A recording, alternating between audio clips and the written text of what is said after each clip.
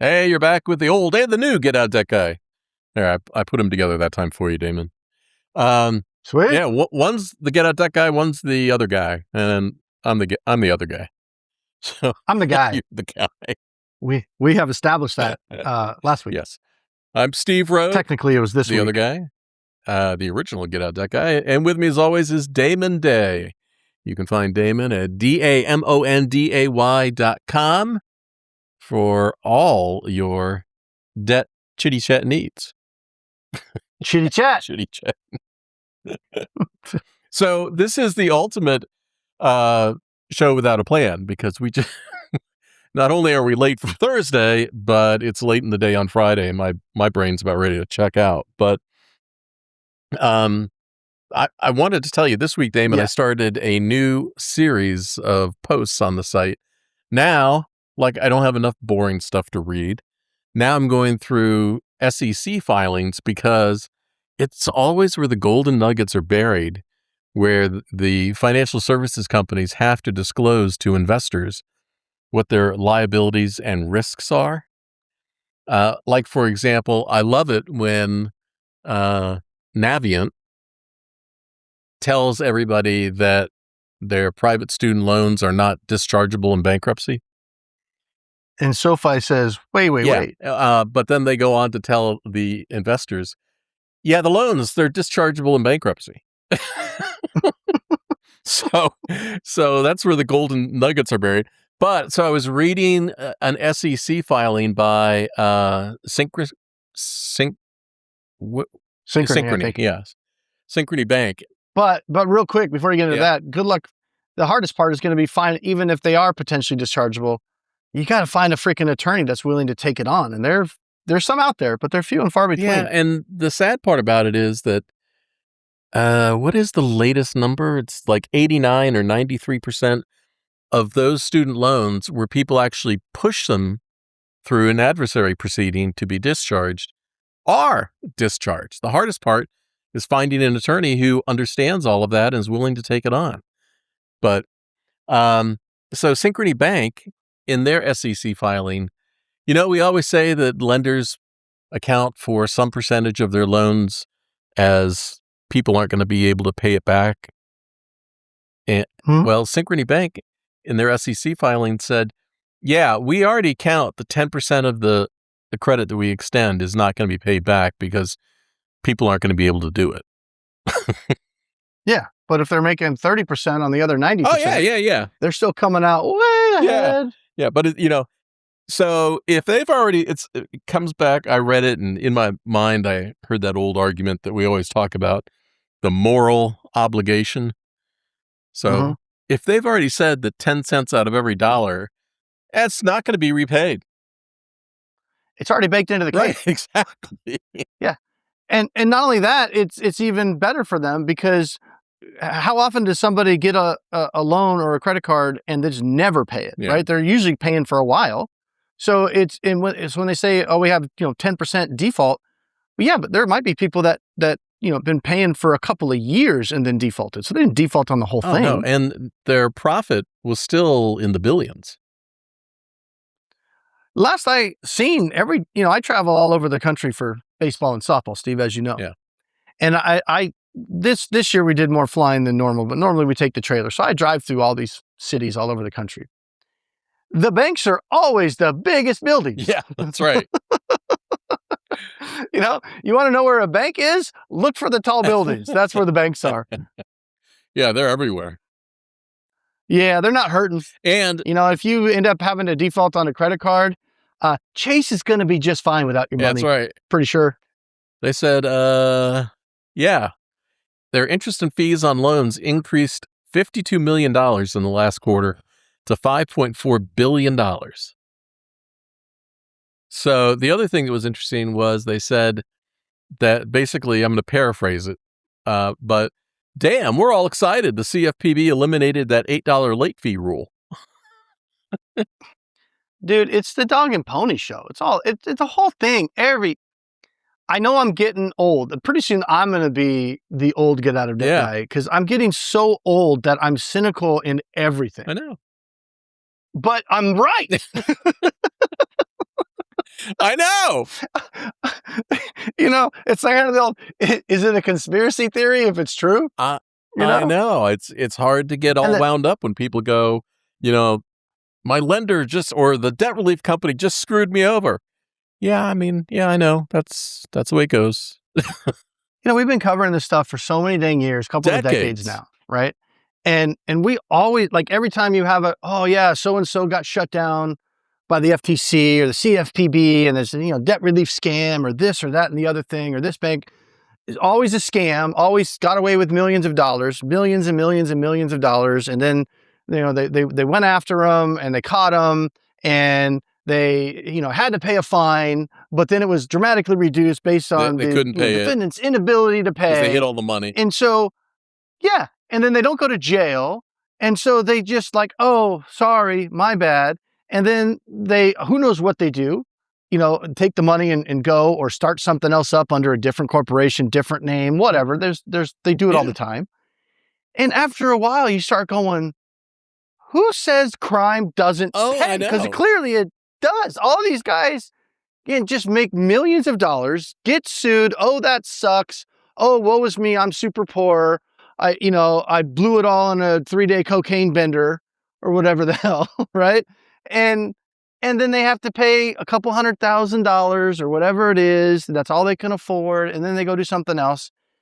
And it's like, so what's the disincentive for these guys to just rip people off and just take all this money? There's never any like actual consequence, other than maybe they're a little bit embarrassed in their social circle now because they're going through a court case. Of course, they're not even embarrassed about that, because the other people that are doing it with them, they're like high-fiving each other. Dude, and I actually just got off the phone with the listener. She's probably listening to this podcast, so I'm not going to give out, any details or any names or anything like that, but I just got off the phone with her, and it's one of these debt relief programs, and we don't say the name, and we don't need to say the name because it doesn't matter the name. They all do the same bullshit. Right. And, they convinced her, because, she's, burning through a retirement right now, trying to resolve the debt, trying to do the right thing, like so many of us are, what, quote unquote, the right thing is. Whatever that is. This debt relief group got a hold of her, and she's retired right now. She's protected retirement income, and they got her, signed up for this program to settle her debt and pay $1,000 a month. Yeah. And I'm not going to get into specifics, but they're $1,000 a month for 5 freaking years, and a situation where she doesn't need to be doing that. And it's just, it's all the time. It's just, this is why I get so cynical with this stuff, because it's like, I usually try to toe the line and be like, well, yeah, call a debt settlement company, talk to them and see. No, fuck that. Stop calling them. They suck. They all suck. I'm at that point now where I'm just like, no, I know. They suck. You don't want to be the guy yelling at the TV, but I understand. Get off my lawn. But after 20 years of them doing the same stuff to people over and over and over, and it all comes down to it. And I'm not saying the individual that you're talking to is a bad person, because maybe they are, but probably they're not. They're probably just doing their job. Either inexperienced or ill-informed, because Damon, they're ignorant about it. Yeah, we've talked to so many debt settlement or debt relief sales people over the years that have come in hot and heavy and pissed off, like, you don't know what you're talking about. No, actually, you weren't told the truth. Yeah. Yeah. And it's just, it's at that point. And the problem is, this is the perfect example in this situation. The salesperson is there to make a commission. In this case, it was probably, I don't know, the fees for this client were going to be about $20 some odd $1,000, ridiculous amount of money, all coming from her retirement account, by the way, that she didn't have and that she didn't need to pay and would have been protected. And so I don't know what that salesperson's commission is going to be. I don't know the ins and outs. Maybe at $4,000, $5,000. I don't know, $6,000. Yeah, but like last week we talked about. That's a huge incentive. Last week we talked about a salesperson that was scrambling to meet their quota so they didn't get fired. They didn't care what they were doing. Yeah. Yeah, but so even if they did, it's like, do you think that person is going to, go through that salesperson is going to be like, you know what? Based on your situation, you're already retired. This money that you do have is going to have to last the rest of your life. There's some other options that you should look at before you commit yourself to this what's essentially $60,000 over the next 5 years, you should look at some other options. They're never going to say it. In fact, they're going to do worse than not mention it. They're going to actively argue against a strategy like a take bankruptcy. your retirement. Yeah, because they don't make any money when you file bankruptcy. Well, but that guy might make $5,000 if he can play your fears up on bankruptcy and convince you that, yeah, it's horrible, it's the devil. Yeah, I got to do this. It sounds good. And it's like they ruin people's lives every day. Did you mention what kind of company that was? What kind of company? Yeah, what kind of debt relief company? I said it was a debt settlement company. So I didn't say the name of it. I didn't want to out you if you hadn't said that. But so on the AI Steve chat on the website, there were 2 people this week that came in and said they were being pitched a debt management program from a nonprofit credit counselor, and they were being sold hard on this thing. But the only problem was, while their interest rate was going to be cut, their payment was going to be just about the same. Yeah. And I mean, but debt management companies do the same thing. Oh, we're credit counselors. And that always made me laugh. There's no counseling. Yeah. But they do the same thing. They sell a different widget. The credit counseling program is different than the debt settlement program. And I'm doing air quotes because debt settlement doesn't have a program. That's just a work of fiction. At least credit counseling has a program. Kind of. And there's some agreements in place. Yeah. But at the end of the day, they're still there. Their job is not to counsel you on what to do. Their job is to convince you that all other options suck, and their option is the optimal. You need to buy our widget, better than everything else. Yeah. So anyway, when Steve came on and said the ultimate show without a plan, what he meant by that was I called him up and right before we were doing this show because I've been on calls all day. Because one of us has to actually help people. Steve just I just chat reads SEC filings and kicks back. Has AI do all the heavy lifting for him. But yeah, he earned it. He put in his dues back in the day. But so I call him up and I was like, I had this idea of what I wanted to talk about, but I can't remember. And he goes, "Who cares? Let's just do the call. We'll figure it out." And I'm racking my brain. I'm like, I had a really good idea, but that whole debt relief thing, I know we hammer it all the time, but this is why I was a good search and rescue pilot, because it didn't matter what kind of emergency I had in the air. We're going to figure it out. Well, but I just get hammered with this. I mean, most people, by the time they find our podcast, it's because they are about to enroll in a debt relief program or have signed up in a debt relief program and then start looking into it a little bit more and then go, "What the fuck?" Right. Like that. And then they're like, maybe I shouldn't be doing this. And then they start Googling things and then our podcasts or your website might come up or something. And then they listen to a couple episodes and they go, "Oh shit. Oh man. I definitely probably shouldn't be doing this." I should talk to these And then guys. that's how they find me. Yeah. So that's you're kind of like, what's the word I'm looking for? You're like a product of what you're involved in every day. So it's like, I'm seeing this stuff every day and why I get so worked up about it, because it's every day. I'm talking to people and it's like, oh, this person's getting screwed by this company or that. And it's just, it sets me off, but I'm at that point where it's like, don't even call them anymore. I mean, I'm not saying that they're all horrible, but they're all not good. Okay. They're not all scams, but they're all not good. Yeah. And they're not good for the simple fact that they're not there to be good. Well, they're there to convince you to hire them. They don't have a fiduciary duty. They don't have any legal duty to do what's best for you. Their only duty is to duty on you. Their duty. Their only duty is duty. Their duty. Duty on you. But go. Ooh, yeah, what? We don't have a red light. Don't talk. He's talking. I forgot. It's the theme of today's show. Well, I remembered something. Oh, did you remember something? We suck, Steve. It's like we've never done this before. You think after like how many years we've been doing this actual podcast?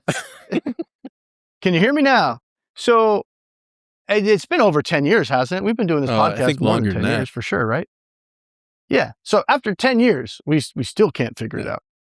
Now, here's the problem. I know what I was going to say was I've been doing this so long and chasing and investigating companies and digging into whatever the truth is.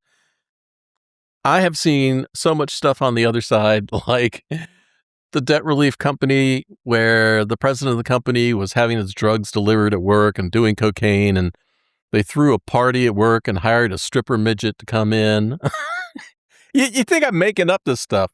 Or the company president that was packing money in a suitcase and then taking it overseas to hide it. I mean, that's what I was talking about earlier. Yeah. That's how they get away with this crap. Like, oh, I'm destitute. I don't have any money. Don't dig up the begonias. I mean, they'll take their luxury sports car and their watch and stuff, but there's no record of where the crypto is. Yeah. No, this wasn't the other thing I remember, but this was the one thing I wanted to bring up today because we've talked about it before, but not lately. And Steve doesn't even know this.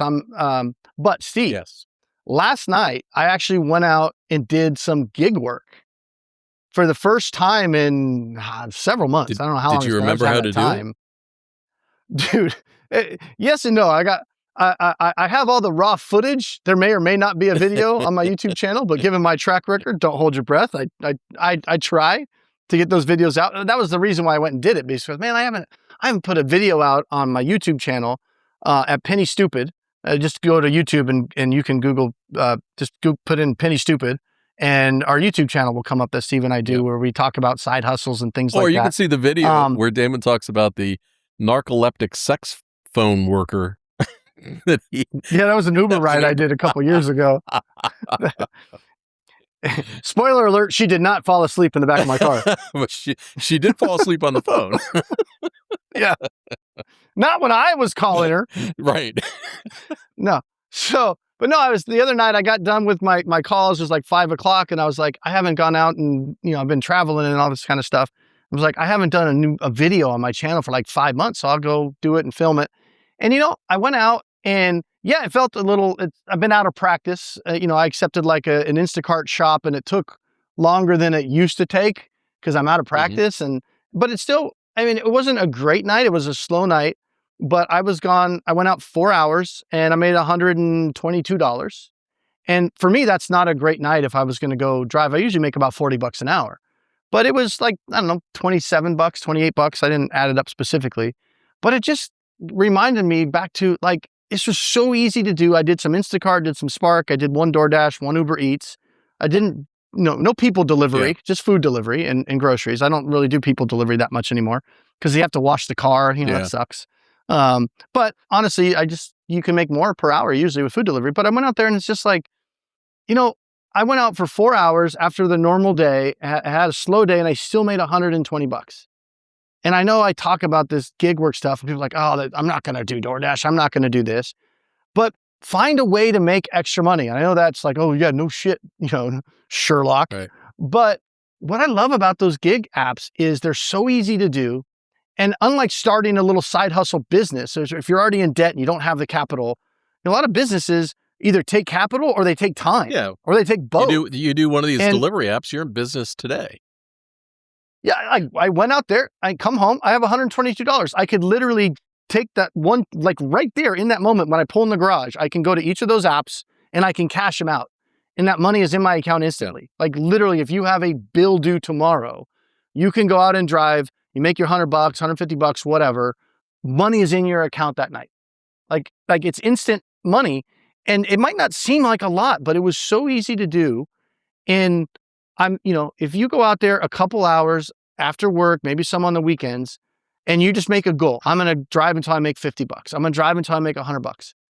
You go out there $100, a couple hours a night, Monday through Friday, or make some up on the weekends, about 20 hours a week, whatever. That's still $2,000 a month. Mm-hmm. And if you're listening to this, you probably have debt. If I said, hey, how would you like an extra $2,000? You could do a lot with $2,000 a month. You could pay off a lot of debt. You could raise that money to settle the debt. You could use that money to do your Dave Ramsey snowball, whatever you wanted to do. But so many people, I don't want to do that. I don't want to drive. I don't want to do that. I thought the same thing for years. And then I finally was like, damn it, I'm a financial consultant. I got to advise people. Is there anything to this stuff? Right. Maybe you can make money. And you can make some freaking money. And it's just part-time stuff. So anyway, go to the YouTube channel, Penny Stupid. Check it out. I do some ride-along videos. We talk about different things. different ways to make money, but you could very easily make an extra $1,000, $2,000 a month instantly just by signing up on these stupid apps that you think are beneath you. But I mean, I actually like going out and doing it because it gets me out of the house. And dude, it was like 114 degrees yesterday when I was doing it. Yeah, but it's dry heat. Yeah, but that's why I go back to, I love having the Tesla because I just leave the AC on in the Tesla when I'm in the store shopping and stuff like that. So I'm only in the 114 from when I'm walking from my car to the store or my car to the front porch or whatever, dropping the groceries off. So most of the time I'm just sitting in a 63-degree car, not a big deal. Well, but here's the difference is that when you started that was right around the same time where my assignment in this testing the side hustle thing was start selling on Amazon. And I don't know how many years it's been now, but I'm still doing it. You started in 2023. Okay, so 3 years. 3 years. I'm still doing it. The Amazon business is going great. But the difference is you were made for the whole side hustle thing. I was probably built for the Amazon thing. But in either regard, there is lots of opportunity out there for you. But the initial slog sucks. Like just figuring out what to do on the delivery apps or which one to sign up or when do I do it or what kind of job should I do? All that stuff. You just got to just persevere and power your way through it. There was a contractor that told me a story about this high school kid that was desperate to make some extra money. It's hard for high school kids to get summer jobs these days because all the old farts are taking them. Well, dude, I had a paper route in 3rd grade. Now kids can't get paper routes anymore. It only goes to adults with cars. I had a bike repair shop when I was 14. But so this kid shows up, he's getting paid $20 or $25 under the table to work for this contractor. And the contractor hands him a shovel. And the kid says, "I don't do shovels," hands it back and walks off. I mean, well, I don't care what you're doing at what age. When you start something new, you're just going to have to slog through it and figure it out. Yeah. Yeah. Well, I know a lot of people shy away from they think Uber and, oh, I want strangers. I don't want this. I don't want that. Then don't do that. If you give it a chance, though, if you give this gig work a chance, what's awesome about it, especially if you're just trying to get some extra, you can't make a full-time living. I mean, you can try. I mean, I've had months where I've made $5,000 or $6,000 part-time, but I'm better than the average bear. So don't expect to do that. But if you're in debt, you just need some extra money. What's great about it is you can work it completely around whatever your obligations are in life, work, family, whatever. You can just turn these apps on and turn them off whenever. Once you get them set up and you kind of learn how they work, which is what Steve was talking about, you got to kind of slog through at the beginning, figure it out, kiss the frogs, basically, learn that taking $5 orders are probably not a good idea because you don't really make much money, but you got to learn that. You got to take them and then you got to go, I didn't like that very much. I spent, 30 minutes and I made $5. I don't think I'm going to do that again. And then that's how you learn, and you learn how to find the good orders. But you can work these things throughout your day, where I have plenty of times I'll call Steve, I'll be talking to him, like, I had to shoot down to Walmart to grab something, for the house or whatever, flipped on my app and got a $30 delivery at the Walmart while I was going there anyway. Yeah. And then I was like, okay, I'm in here anyway. Okay, I'll grab these groceries, boom, drop them off and then go home. I was going to Walmart anyway. I remember one time took an extra. You called me and said, I'm at Walmart, turned my app on, and somebody needs a TV delivered like a mile away. Yeah. And I got like $50 for grabbing a TV, throwing it in my car, driving it a mile away, which was right by my house, giving it to him and drove home. Now, is that going to happen every day? No, but that's what I'm saying. This is not a full-time job, but you can work this kind of stuff. And trust me, if I can do it, you can do it. You don't have to be like, that's beneath me or whatever. In most places, every city's different, but in most places, a little bit of effort and not a lot of time, and you can make an extra $2,000 a month to help you get ahead or help you get through a rough patch, or overtime is not, coming through as much as it did or whatever. Go to my channel. I kind of explain how to do all this stuff, how to get signed up in these apps. And it's just, I don't know. We haven't talked about it in a while because I haven't had time to do it, but just going out last night and then coming home, I'm like, you know what? I just made $120 and it was a slow night. Normally I usually make about 40 an hour, like I said. So that was definitely less than I normally make, but I didn't stack a single order. I wasn't trying to hustle. You know, when I'm shooting the footage for the videos, it's like, it slows me down anyway. But so I was just kind of cruising, you know, one thing at a time, and I was never sitting, and it was easy. And it was like, I just made $120. If you got a credit card bill due, boom, you go out and you drive. I mean, that's like right? If $3 you've got grand a month. Yeah, if you've got if you're a couple, you're married, maybe one of you works, the other one doesn't. Perfect for the stay-at-home spouse, where it's like, one spouse is at work all day, the kids go to school. Stay-at-home spouse might have 4 or 5 hours, no kids in the house, and could go out and do some grocery delivery. And again, make it simple. Okay, I'm just going to drive till I make $100 and I'm going to come home. Yeah, Pam. You do that 5 days a week, and that's $2 grand. Pam and I got an Uber ride once from a hotel by a woman. She picked us up in her Jeep Cherokee, and the back was all filled with grocery bags. And she goes, yeah, I was at the grocery store. This popped up. It's on my way home, so I'm picking you up. Picked us up, dropped us off. And I know everybody's knee-jerk reaction. I don't want strangers in my car. I don't want to pick up people. I'm a female. It's too dangerous. And I totally get that. But you don't have to drive people. Right. I drive people I started off only driving people because I enjoyed it. I like talking to them. I like meeting them. I thought it was a fun experiment.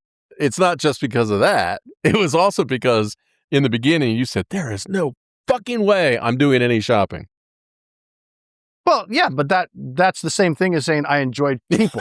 I enjoyed people more than shopping, but it flipped. It flip-flopped. I got the reverse Uno card, and finally you convinced me it's like, you're doing this YouTube experiment. You have to try the other stuff. And you hated the first couple times like, you tried it. I totally hated it. The first time I went into an Instacart order, it was 5 hours. It paid me like $30. No, it took 3 hours.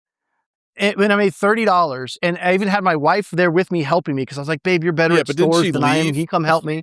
She left before we were even done. She drove separately, and she had to go pick up the kids. I mean, it was such a disaster. But if I would have went, F this sucks, that would have been easy. Kathy's never done it with me again. She's like, that is the stupidest thing. She's never done it again because she's like, this is ridiculous. Go get a job at McDonald's. But I learned, right? Okay, why did I only make $30 and why did it take me so long? And then I figured it out. Okay, well now I just went last night and I did a $37 Instacart that only took me an hour. And that was actually longer than it should have taken me because I was out of practice, but it only took me an hour. And normally if I was doing this more often, that probably would have taken me like 45 minutes. But I learned what are good orders and what are not. And you also learn things like Walmart Spark, because the Walmart app is perfect. It tells you what row and shelf number and everything else. You don't have to go look. Yeah, I also did a Walmart shop last night. It paid $27 and it was like 22 items and it took me 30 minutes. And the delivery was only 3 miles from my actual house, and it was the end of the night. The last thing I was going to do, put me up over $100, which was what I wanted to do. For the video that I was doing. The whole point of the video was, can I go make $100? And so I took it and, got the stuff, dropped it off and went home. It was $28, and it's like, it's so much easier than picking somebody up for Uber or something like that. So it went from, I don't ever want to do the shopping to I figured it out. And then I figured out I can make more money per hour if I was going to shop in stores and less wear and tear, less expense on my car. So you can make more money per hour and more money per mile because that delivery might only be going 4 miles from the store, but I'm not getting paid necessarily for the 4 miles like you would with Uber delivering a person. You're getting paid for the fact that you're getting 30 items at the grocery store. It's not costing me any money. My car's sitting in the parking lot. It's not burning up miles, my car doesn't burn through gas, but you get, you know what I mean? Burning through the expense. So I figured out I can make twice as much per mile doing food and grocery delivery than I could people delivery. So then I got to the point where I'm like, well, if I'm trying to maximize my earnings, if I go out, why would I pick up people? Right. So, so if you don't like driving people, you don't have to. Burritos don't talk back and they let you listen to whatever you want. In fact, you can listen to our podcast every week delivering burritos. They don't care. And they don't leave cheek juice on the back seat. Cheek juice. I have had some cheek juice. Well, one of the first times I remember you went out, you had to set off a stink bomb or something in the. Oh, we did a video that got like over 20,000 views. Where it's just I had to stop and go to Walmart and get one of those not Raid, but those cans that just like bombs the car and just like and you just like turn it on and it's like like shooting out and you shut all the doors and you leave it for like 20 minutes. Yeah, it was bad. But doesn't happen but anyway, with food. No, it doesn't. But like I said, if you're curious about it, you can make some money. You can get yourself out of debt. I'm not saying you have to go be a delivery driver, but it's one of the fastest ways to instant money. You don't have to. I think you got to invest like $20 or $25 to pay for the background check. But after you're approved, you got your phone, you got your car, you have an hour. You go make $20. Go make $30. Right? And it doesn't seem like a lot, but it all adds up. Well, and and as I said, the first couple assignments, handful of assignments are going to really suck. But one of my life mottos is there's no sense wasting a perfectly good mistake. So you might as well learn from it. And go watch the videos on Penny Stupid, because trust me, my first experience was less than stellar. Steve, do you remember what my very first Lyft ride was? It was when you showed up with the cops. The cops were there. Yeah. And I stopped 5 houses down, saw the flashing lights. I'm counting houses like that's where I'm supposed to pick this person up. I sat there contemplating life choices in that moment. And I had to make a decision. Do I carry through with this experiment, because that's what it was for the YouTube channel, or do I say, F it, I'm out, this is dumb? And for all of you that could maybe enjoy the videos in the future, I persevere. Yeah. Why can't I say that word? Persevered. Yeah. Persevered. You got it. Persevered for you. I swallowed whatever I had to swallow and drove up to the cop and was like, I'm here for my ride. I'm the Lyft guy. Do I need to be worried? Yeah. And whoa, what an interesting ride it was. But that was my very first experience. I persevered.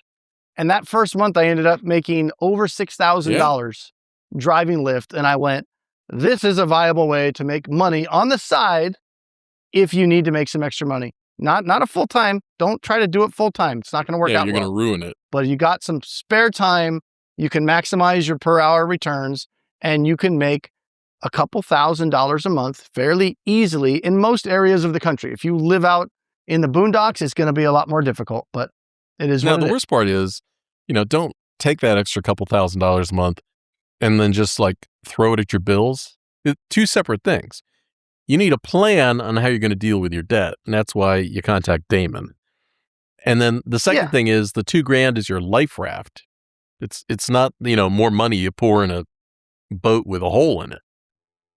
Yeah. You still need to have a plan to get rid of the debt. The extra money just allows us to accelerate that plan and make it work faster. Right? And make it more likely that it's going to succeed. I cannot speak today. Maybe because we're doing this in the afternoon after I've done all my calls and I'm exhausted like you, versus we normally do this in the morning when my lips are working, apparently. Right?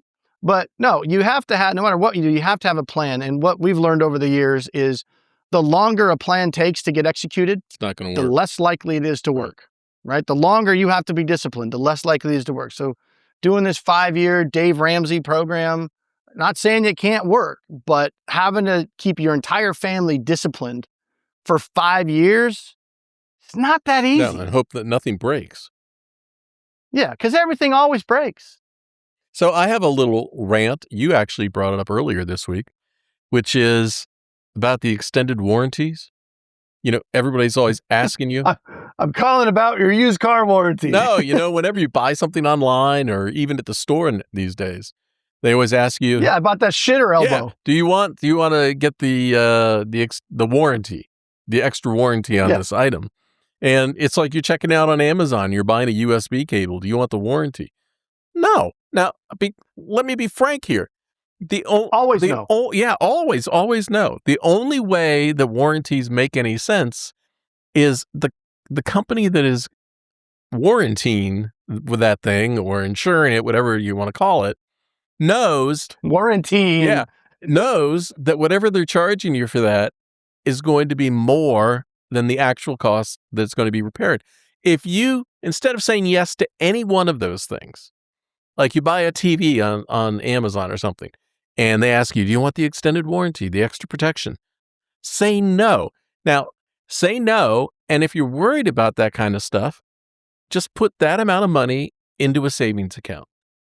And I guarantee you that at the end of a year, if you looked at how often you had to dip into that savings account, you're going to end up with a whole lot more money than if you had said yes to those extended warranties.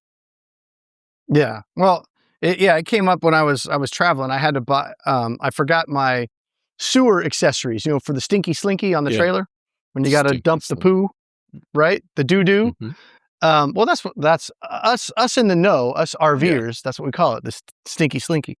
So I had the stinky slinky in a tube underneath the trailer, but what I did not have is the connections for it because I was an idiot when we packed up and left. For some reason, I did not have. You didn't have the effluent elbow for the stinky slinky? Yeah, I did not have. So the connection that goes into the ground. So I had two options: go buy one. I like option two. Or fire hose that thing and just try to aim for the hole in the ground manually, right? I decided I'm not a fire hose type of guy when it comes. The stakes were too high on that one, right? I'm not Cousin Eddie. So I went to Walmart and I had to get this, basically a plastic elbow that connects to the stinky slinky and then goes into the ground. I was pissed off because they only had a fancy one with an airlock that I didn't need, and it was $30. Shame on me for leaving the stuff at home. So I get the thing. I go to check out. That's all. That's the only thing I bought. It's $30. I go to Plastic checkout, elbow. and Walmart's like, plastic elbow for my shitter. Do you want the $2.99 extended protection for 2 years? And I just like, are you serious? Like I'm used to getting that crap for electronics and stuff like that. I always say no, of course, but I kind of understand it or whatever because it's electronic or it's expensive. It's $1,000 or whatever. But a $30 plastic elbow for my poop hose, and it wants to know if I want to pay another $3 to insure it for what? What is the event that's going to happen that's going to cause me to go, gee, I'm glad I saved the receipt for the shitter elbow because now I can take it back to Walmart and get what? I couldn't even wrap my head around, but what I could wrap my head around is the more they ask for shit like this, the more people are going to say yes. So they just ask, and inevitably people will just, protection. Protection sounds good. I want protection. Yeah. Wait till you try to make a claim and remember where the receipt was or when you bought it or whatever. Oh, you mean you don't think I'm going to save the receipt for my stinky slinky elbow? No. Like, of course not. I'm not going to save that receipt. And here's my favorite. Do you know that receipts fucking disappear? The ink disappears on them after about a year. That's my favorite. I'm not a conspiracy theorist, but what the hell? Here's your warranty receipt. Don't lose that. 2 years later, you need, you need it. You go to your box and you got a blank fucking ticket. Like, what the fuck? Like, they're like, oh, well, you're supposed to scan it in. They're like, yeah, but how many people actually get their receipt, then go scan it in, save it in a folder? No, they throw receipts in a box. Like, that is a conspiracy, if I ever heard one, of receipts that you're supposed to keep for proof of purchase. Start like doing the Back to the Future thing where it's slowly disappearing after a few months. Did you ever, before you knew any better, or I can't remember before I knew any better, if I ever had a claim on anything that I fell for that on? You might as well stab a fork in your eye. Your credit card gives you extended protection on a lot of them do.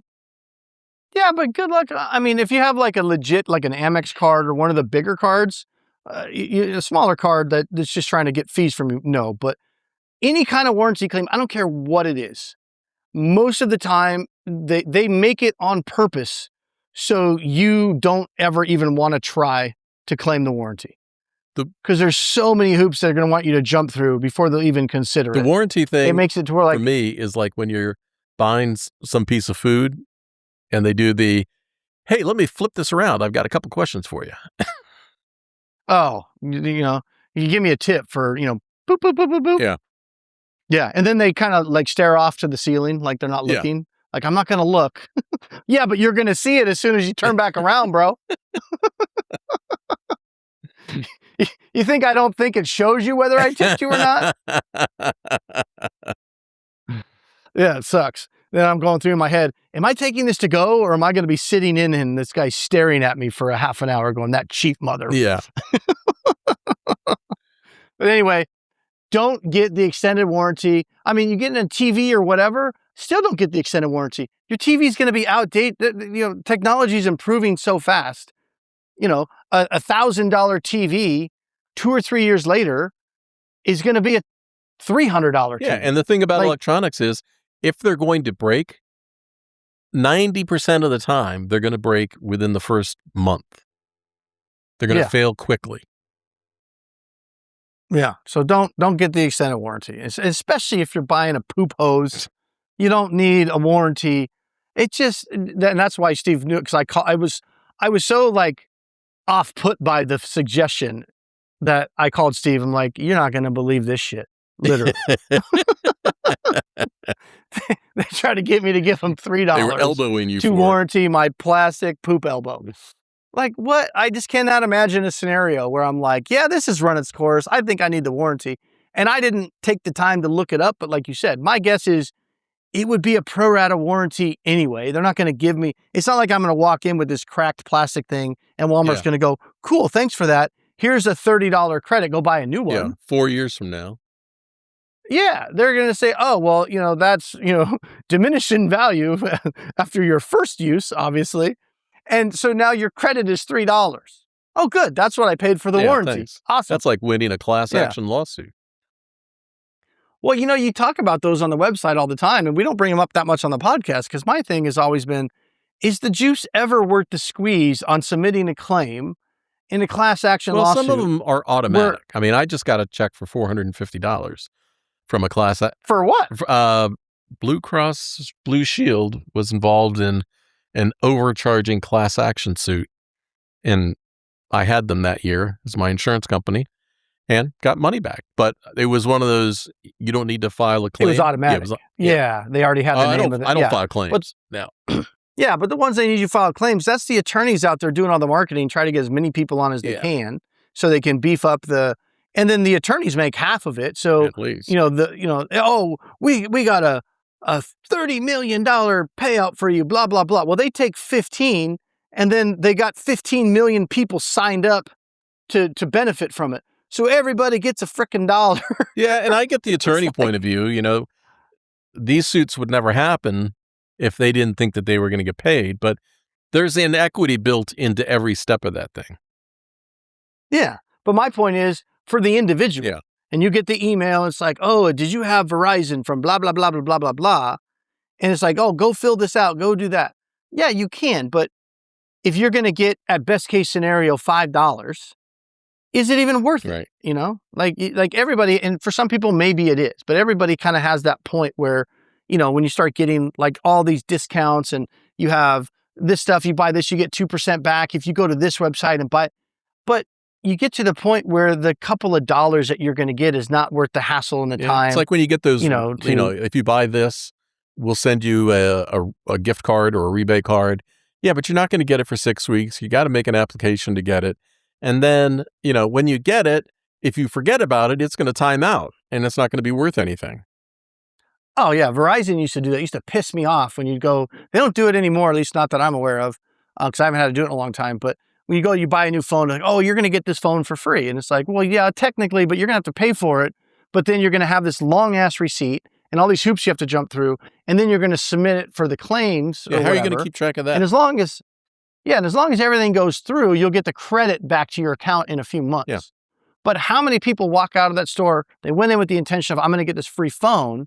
And then they never get the free phone because once they have the phone, they misplace the receipt or they put it off or they procrastinate. And Verizon knows that probably 80% of the people that intend to get a free phone never follow the actual steps and they get it. And so that's the only reason they do it like that. And that's what used to piss me off because like you're offering this, but you're going to make me jump through all these hoops knowing that most people won't do it. And the people that do it have to hassle to get the money back that you promised them in the beginning. It just, out of principle, it pisses me off. Again, cynical in my old age, Steve. Well, cynical. On that note, let's wrap up this week's podcast.